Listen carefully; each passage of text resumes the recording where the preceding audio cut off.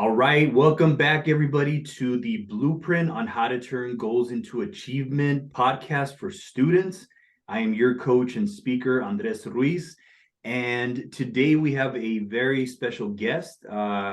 This person I met through LinkedIn is doing a lot of amazing things, and her name is Daphne Davis, and she is the assistant dean of students at North Carolina Central University, and I'm just really happy to have her on the show today, just so she can give us some of her insights and some great information that I know is going to be very helpful, not only for myself but for you as well. So, Daphne, welcome to the show. I appreciate you being here. Thank you. Thank you so much for having me. Yeah, thank you.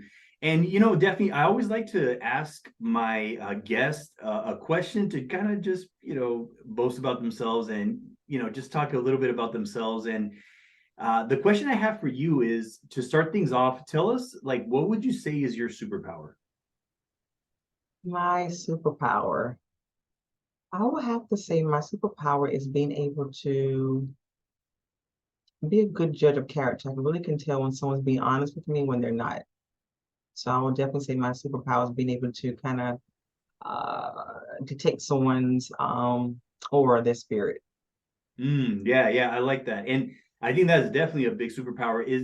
It's something where you can feel people's energy, you can sense if there's something good there, or and it could also be, I can see how it can be very helpful to get away from potential danger or Yes. something that could be really that could hurt you or somebody you know. But I agree, that's definitely a great superpower. And I think that if we could use that for helping other people, that would be very helpful. So yeah, thank you for sharing that. That's a great superpower. Um, so kind of like give us an overview of the work that you do as the assistant dean of students. So an overview of what I do here at North Carolina Central University as assistant dean and student. I work as a liaison between faculty, staff, and parents and students to ensure that the students' needs are met, and I'm an advocate for the student. Okay. So a lot of that entails of my specialty is being able to work with the students who may have a lot of care concerns, whether um, suicide ideations or some type of transport, or students that may be having some issues with professors or wanting to get their courses maybe taken online instead of in person. Being a bridge when parents aren't sure what to do with their student with their child because they got a concern with something that be going on. So just kind of being that middle person in a sense. I love that. Yeah, and it sounds like that's a very big role. It sounds like to be in that in the middle, and that I can see how that could be something that could be very helpful. But I can see how that could be sometimes, maybe sounds like it could be a little bit challenging to be able to kind of like mediate, for people. I guess it sounds like. It definitely can be.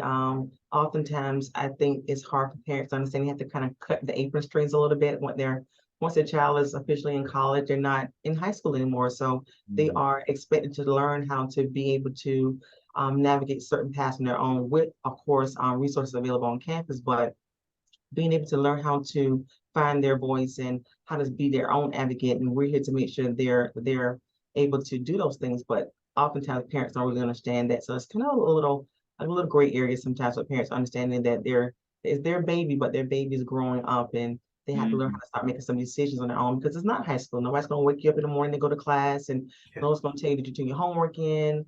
Nobody's gonna tell you not to sleep in the morning. So it's a big transition for students and for Yeah. parents.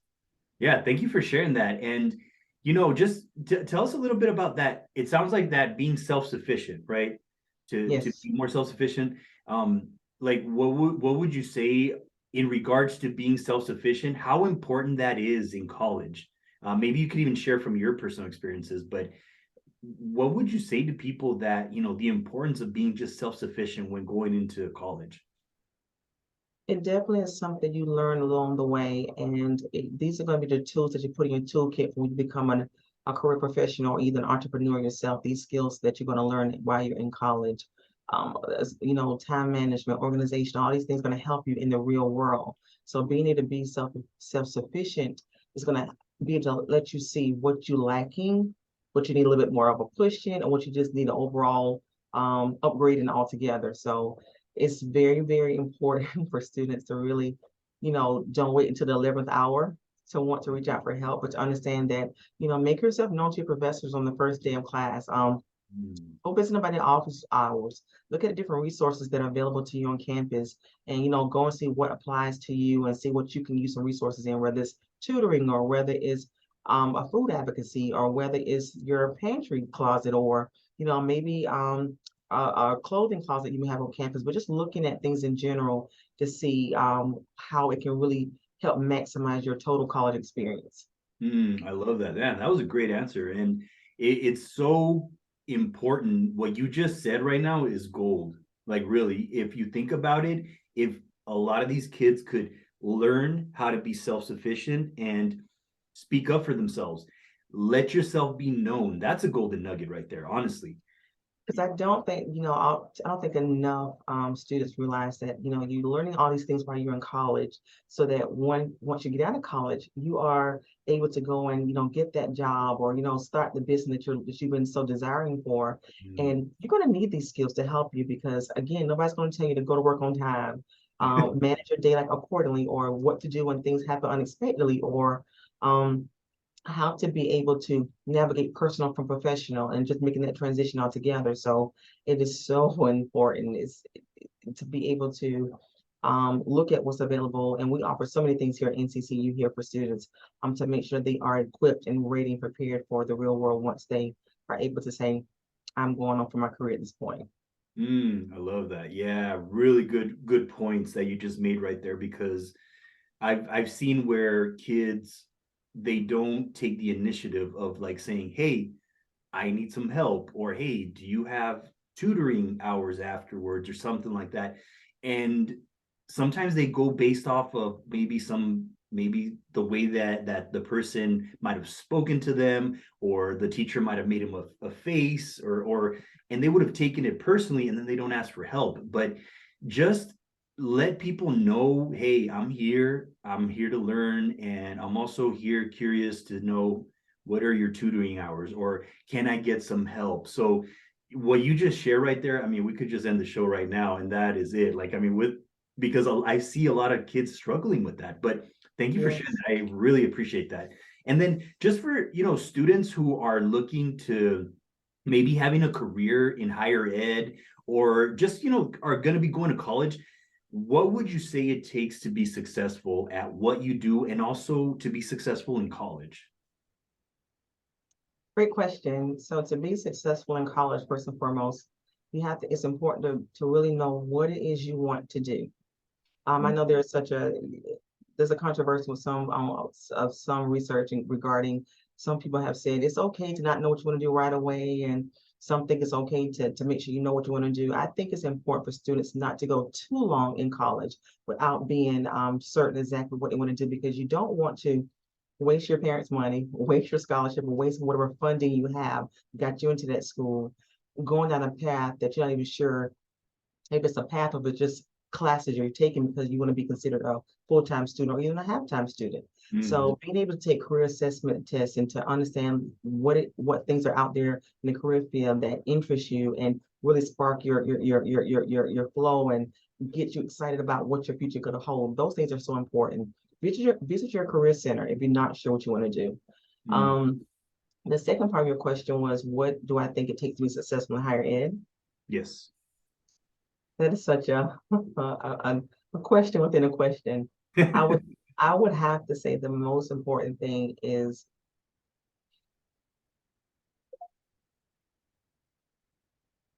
determination. Mm. And I say determination because, in K through 12, it's kind of like the outlines are created for you. Mhm. But in higher ed, you're given the opportunity to help create a path. Mm. And so regardless of what your undergrad could have been in if it wasn't in higher education, you have the ability to go in and to help transform, whether it's administration or whether it is some part of student affairs or um, or if you decide to go into the academic affairs side, depending on what it is you want to do, you still have the ability to be able to go in and make changes. However, the challenge may come in at is that you don't know enough research to Mm, really know what it is that you wanted to do or be impactful in this particular area, because there's so many things about higher ed that are great. And the wonderful thing is you can create more spaces. It's not a limited position or role that taps out at a certain level. Positions can be created for an individual if there's a need for it. So again, that depends on data. But if you know that you want to go into higher ed, I would strongly encourage anyone to get you a mentor, get you someone who knows higher ed and is on that career field, on that journey that you're looking to aspire to be in one day, and let that person to help mentor you so that you can kind of get a first-hand sight of what to look forward to. And then on top of that, do your homework. mm, Look at the salary, look at the job market in your particular state if you don't plan on moving, so that you won't feel as if you got bamboozled or mm. that you were robbed of your opportunities. So make sure you do your homework to know exactly what you want to do, what that market looks like at the particular time of you graduating. Do internships, get your foot through the door, just to help give you a better understanding of what that could possibly look like for you. Because there's so often people go into higher ed. I've been in education myself for 17 years, not all higher ed, but I've been in K through 12, then I ventured over into higher ed. But Nice. there are often people that think the higher ed looks so glamorizing or it looks so easy. And there's a lot of hard work that goes into um, a lot of things that go on behind the scenes in higher ed. So Mm, oftentimes, if you're not the kind of person who's able to be a self-starter, or if you don't know how to come out of your box. You feel as if you're too much of an introvert to really kind of, let your voice be heard. It might be more of a challenge for you because you can be an introvert leader, but I have a different theory on that altogether. But I do think that it's important to make sure that you get on someone's tutelage or mentorship to help you to navigate that path. yeah, and that's a great way. I'm glad you mentioned that because that's actually my next question is how did you find help and mentorship for, what you do or just along your journey? And, you know, um, these mentors, how did these mentors help you on your journey? Great question. So I was able to meet amazing people through professional developments, through work interactions, and just kind of introduce myself once I got out of my shell of being the introvert, Mm. because to me it was really hard and challenging to come out of my shell and even sometimes speak to people, just because it was just painful for me. But once Mhm. I got over that fear and I started realizing that I have a voice in the room, I was able to walk with other individuals and introduce myself and strike up great social capital, and that has helped to aid me in my journey. And I've met, as I said, a lot of wonderful people that are still in higher ed that's been able to give me good guidance and good sound judgment, and offer me suggestions on professional developments, or whether it's that resume or what it is that I may be lacking or needing some extra help in to make sure it kind of get me on the playing field where I'm looking to go into. I love that. Yeah, great stuff. And I like that, that social capital. Like there's there's so much to those connections because not only are those connections gonna help you right then and there, but in the long run, these could be potential friendships and opportunities that I'm sure that friendships and opportunities have come your way because of that. And it was because you decided to get out of being an introvert. And I'm glad you said that you were an introvert because I wouldn't be able to tell that you are an introvert just by the way that you speak and the way that you're speaking today. So, you decided to get out of your comfort zone, go out there and meet people. And I'm sure you are happy that you did so because you would not have been able to make all these connections that you've made along your journey in higher ed, it sounds like. Absolutely not. It's so you have to also be adaptable, because Mm, higher ed is always changing. You have to, do your homework, read, do your research. Understand that unfortunately that as higher ed changes, you have to be able to be adaptable also. mhm. So things may not look the same way it did maybe 10, 15 years ago because everything's changing. So being able to be adaptable will always make room, will always create opportunities for you to be able to show your growth and expansion. But you have to have that theory that to it's okay to change.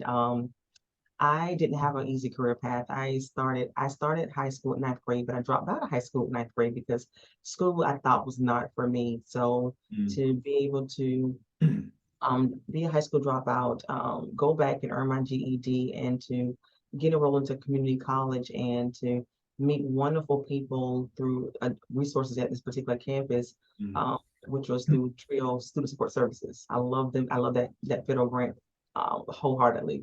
And Yeah. so being able to see love in action, people that love what they do and didn't mind taking their time to show me how I can have a career, and I can have goals, and I can have a bright future, that has helped to transform my process so I can be able to pass that on to others um, that come underneath me.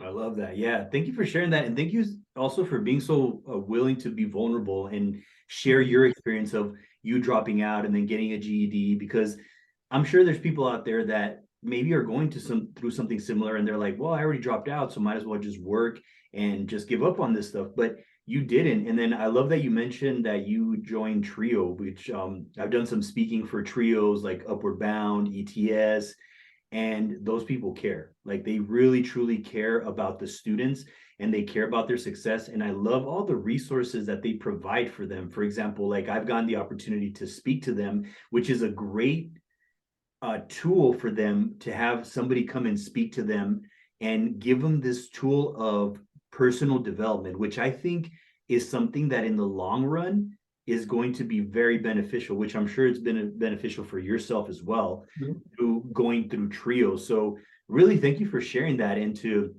also mention Trio. So people who don't know about Trio, now they know where you can get some resources around that. So thank you for sharing all that information. And then just to kind of close things out, I want to ask you one final question, and that is, why is it important to stay hungry and humble at the same time when you're pursuing your goals? It is essential to remain hungry and humble, and those two goals so well together, because you have to stay hungry because, again, higher ed is forever changing, and Mhm. either you're going to change or get lost in the shuffle. Mm, Um, yeah. we think about, even, for example, even first generation college students, it's such a huge thing nowadays to be able to understand how to create a framework for first generation college students, and how to be able to have, wraparound services on your campus, and how to be able to navigate all these things that students are facing now as a result of the pandemic that we didn't face 10 years ago. Mm, So being able to stay current and relevant, and, you know, go to professional developments, do your research so you can be able to know how to help the students that you work with, the subgroup that you're responsible for. Is going to help keep you not only relevant, but marketable. And that's going to also keep you hungry, because you're going to see that there's going to always be a trend that's going on. And so you won't get lost in conversations, because if you don't know what these conversations are that are taking place. mm, Humble is another thing that is important, because you can be fortunate enough to be able to be on the fast track where you may be able to move into your ideal role within a shorter time frame to someone who may still be looking to get into that journey. But never take it for granted. mm, Never assume that because you're there, you're going to remain there. mm, Never assume that because you're there that you can't be replaced by someone else, or that you can be to handle it. Sometimes we can have emotion that once we get a position, we know what to do, we got what it takes. But sometimes we fall on our faces also. mhm, um, so mhm, it's so important to remain humble, so that as you navigate your journey, you're creating goals, and you have an accountability partner to help make sure that you are, on the right path, and that you're doing the right things, and you're trying to make sure that you're doing your job to the best of your ability. Those things help you to stay humble, because you quickly can realize that there's so many people that lost their job due to no fault of their own, and there's so many people that would, love to be to sit in the seat that you're sitting in, that you may not consider much, or that you think highly of, but don't know how to handle that role in. So mm. never forget where you came from. Never. Yeah. Ooh, love it, love it. Great stuff. Yeah.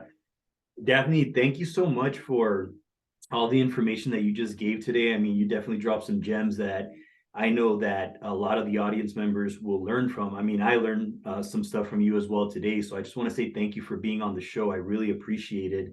And I want to say thank you, the audience, for watching the Blueprint on How to Turn Goals into Achievement podcast for students. Stay tuned for the next one, but today was definitely fire. And really go through this podcast again. Really listen to all the gems that she dropped, because all these gems that she dropped can really change your future. All right, everybody. So have a great day. Peace.